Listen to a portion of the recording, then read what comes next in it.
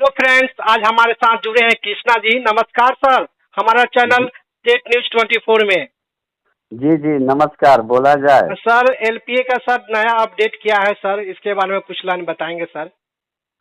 Sir LPA का case जो है हम आपको बता दें कि 14 जुलाई को जो हमारे केस का मेंशनिंग हुआ था। जी जी वह मेंशनिंग जो है आज सभी अभ्यर्थी शायद देख लिए होंगे। जो है नो अर्जेंसी लिख रहा है।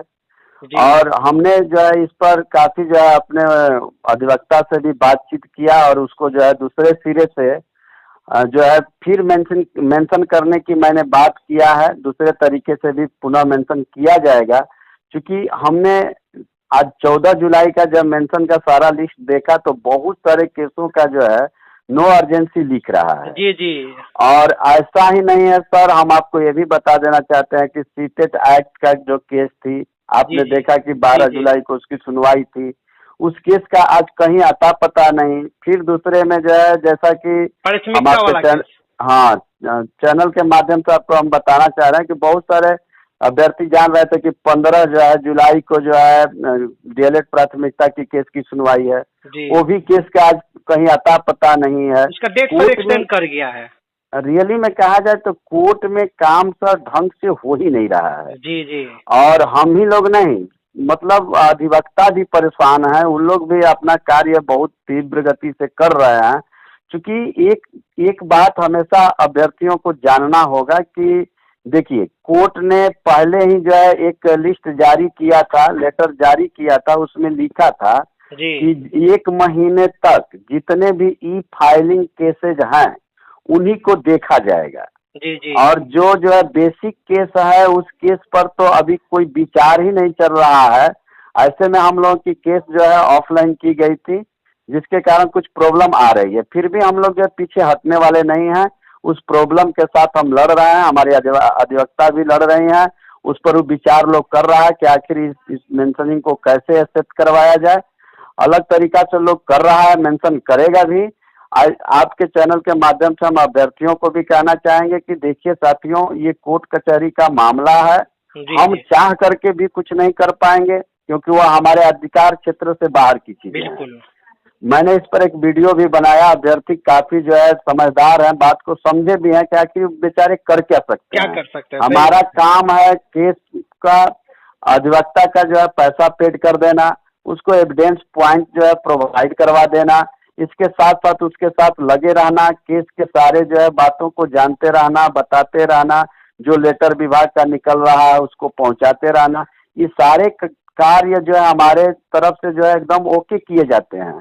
प्रतिदिन जो लेटर आता है उसको मैं तुरंत ट्रांसफर करता हूँ जी अपने जी अधिवक्ता को। जी तो इस तरह से जो है जो चीजें सामने आ रही हैं, इससे ज्यादा घबराना नहीं है। क्योंकि देखिए, हौसला तो सबको रखना पड़ेगा। बिल्कुल। जब हम केस लेकर के चल रहे हैं, केस के मैटर को समझ रहे हैं, तो आपसे ज्यादा हमें जो है घबराहट होनी चाहिए। लेकिन फिर भी हम ये मैटर को जान करके समझ रहे हैं कि हमारे बस की बात नहीं है। जो होगा कोर्ट से होने वाला है, और कोर्ट जब तक इस पर संज्ञान नहीं लेता है तब तक हम लोग कुछ नहीं बोल सकते हैं। जी जी जी सर, ये भी देखा जा रहा है सर, 7th फेज में है, 7वां चरण में सर, जो प्राइमरी की बहाली को लेकर सर यह चर्चा का विषय बना हुआ है। इसको लेकर आपका क्या कहना है सर? देखिए, इस 7वें चरण में जो है प्राइमरी के लिए जो है नोटिफिकेशन जारी करने के लिए ग्रुपों में चाहे तरह तरह के अभ्यर्थी जो है सवाल करते हैं, उसके लिए बोलते हैं कि आंदोलन करना चाहिए।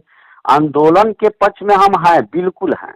जी ऐसा नहीं कि आंदोलन नहीं होना चाहिए, आंदोलन से ही बहुत कुछ निकल कर बाहर आएगा। लेकिन साथियों, ये जानना होगा कि हम आंदोलन करें तो क्या उसके लिए प्रतिकूल कोई समय है। आज के डेट में यदि हम लोग आंदोलन करते भी हैं तो वहां जाएंगे उसी तरह से जैसे नेक्स्ट आंदोलन हुआ था जी जी पिछले। तो वहां हम लोग ने देखा क्या कि जो नेतागण थे, 2-4-5 लोग, उनको पकड़ करके सचिवालय ले गया गया और बाकी अभ्यर्थी जो है एकदम आराम से बैठ गए। तो जी वही हाल होगी, 2-4-5 लोगों को पकड़ेगा, कहेगा चलिए आपकी बात रखवाते हैं। फिर जाने पर वही जो है हमको जो है प्राथमिक शिक्षा के निदेशक वही बात कहेंगे कि आप लोग बेचैन हो जाते हैं। जब तक 6वां चरण का सारा जो है कार्य कंप्लीट नहीं हो जाता है, तब तक हम कैसे जान पाएंगे कि कितनी सीटें बची, कितनी सीटें ऐड करनी होगी। रिक्तियां कैसे निकालें, तो हम लोग अपनी बात रखेंगे। परंतु हमको उम्मीद है कि यही बात हम लोगों के सामने फिर गुजरेगी। तमाम अभ्यर्थी जाएंगे, परेशान होंगे, उनका शारीरिक और मानसिक जो है तनाव बनेगा। ऐसी स्थिति में कुछ रिजल्ट भी नहीं निकल पाएगा। इसलिए हम अभ्यर्थियों से कहना चाहेंगे कि थोड़ा सा और भी सब्र किया जाए साथियों। समय जो ही अनुकूल होता है हम लोग आंदोलन अवश्य करेंगे। जी, जी। फिर भी सर अभ्यर्थियों को सर मन में बेचैनी है, उत्साह है कि आंदोलन होना चाहिए। अभी वर्तमान समय के अनुसार सर अभी अभ्यर्थियों को क्या करना चाहिए? देखिए, अभ्यर्थियों के बीच में देखिए सर, तरह तरह के अभ्यर्थी हैं। कोई नरम दल का है तो कोई गरम जी, दल जी, का है। जी। तो इन नरम दल और गरम दल के बीच में जो है हमको खुद जो है विचार करना होगा। सबकी बातों को हमें समझते हुए निर्णय लेना चाहिए। अभ्यर्थियों की परेशानी को हम खुद समझ रहे हैं, क्योंकि देखिए अभ्यर्थी तनाव में है, बहुत ज्यादा जी, तनाव में जी, इस जी, बात हर के कोई लिए है। लेकर जी। के है कि हमको छठवें चरण में भी मौका नहीं मिला, और मौका मिलने की जो उम्मीदें हैं, कोर्ट में हम लोग हैं तो कोर्ट की भी स्थिति वही चल रही है। जी, जी। तो सातवें चरण के लिए हमारे पास जो है विकल्प यही है कि हम आंदोलन करके किसी तरह अपना सातवें चरण के लिए नोटिफिकेशन जारी करवा लें। तो उसके लिए अभ्यर्थी तनाव में है, ऐसा नहीं है कि अभ्यर्थी तनाव में नहीं है, लेकिन भाई थोड़ा सा विचार करना होगा। इतना बड़ा रिस्क है, तो इतने बड़े रिस्क को हम उठाने के में सक्षम है कि नहीं है।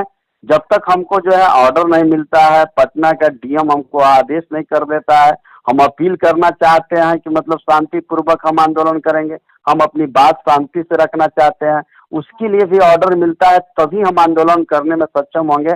अन्यथा ऐसे आंदोलन करने में हम यही बताएंगे लखेंद्र जी जी, कि जी। बहुत मुश्किल आएगी। अगर किसी अभ्यर्थी पर एफआईआर दर्ज हो जाता है तो फिर मेरी औकात नहीं है कि उसको मैं छोड़ा पाऊंगा। ना, ना, सही बात सर। तो ये समस्या हम नहीं चाहते हैं कि हमारे वजह से जो है किसी भी अभ्यर्थी को जो है वहां जाना पड़ जाए जहां उसके लिए खतरे का घंटी हो। नहीं सर, ऐसा भी सर विचार आया है सर। हम स्टेट के अभ्यर्थियों से बात किए हैं, उनके लीडर से बात किए हैं।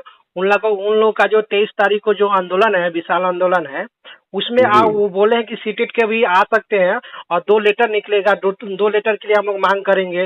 दोनों लेटर को लेकर पूरे प्रतिनिधि पहुंचेंगे सचिवालय और दोनों का मांग सुना जाएगा। इसमें आंदोलन के लिए सहमति बनी है, तो क्या इसका क्या विचार है? स्टेट और सीटेट दोनों को मिल जाना चाहिए 7वें फेज के लिए। जी नहीं, ये इस पर हम नहीं कहेंगे। जैसा कि आप पहले भी आंदोलन हम लोगों ने किया था, उसमें एक यस स्टेट का अभ्यर्थी आकर के हमारे आंदोलन को काफी जो है अप्रभावित कर दिया, जिससे हम लोग काफी जो है प्रभावित हुए। उससे जी, लेकर जी। के हम लोगों का समय व्यतीत हुआ। हम नहीं चाहते हैं, हमारा मुद्दा अलग है, जी, उनका जी, मुद्दा जी। अलग है। जी। तो हम अपने मुद्दे की मांग करने के लिए खुद सक्षम है, हमारे पास संख्या बल है। अब अभ्यर्थी न पहुंचे तो वो खुद समझे कि भैया हम में कितना कमी है। जी, जी। एक नहीं। एक अभ्यर्थियों का समझिए लाखों कीमत है। अगर एक अभ्यर्थी मतलब जितने भी दिसंबर जनवरी सीटी उत्तीर्ण अभ्यर्थी हैं, अगर ये सभी लोग पहुंच जाएं तो हम बता दें कि आंकड़े के हिसाब से हम करीबन 50,000 अभ्यर्थी हैं। बिल्कुल, बिल्कुल। 50,000 अभ्यर्थी का अगर आप समझें कि अगर 5% भी अभ्यर्थी जाता है तो हम लोग करीबन 2,500 अभ्यर्थी करीबन हो जाते हैं। तो ये बहुत बड़ी संख्या हमारे लिए हो जाएगी। जी, जी। लेकिन उतना भी अभ्यर्थी नहीं पहुंच पाता है, ये बहुत दुख की बात है। नहीं, इस कंडीशन का सर अभी जो जैसे लग रहा है, जैसे कमेंट के माध्यम से, जैसे फोन के माध्यम से सर सुनने के सब उत्साहित है, जोश में, जुनून के साथ में बोल रहा है। लेकिन सर एक कदम उठाया जाएगा, आंदोलन के लिए बाद में घोषित किया जाएगा। लेकिन अभी उतने प्रतिकूल समय होगा, अनुकूल समय होगा तब घोषित किया जाएगा ना सर, ऐसा ही ना होगा? जी जी।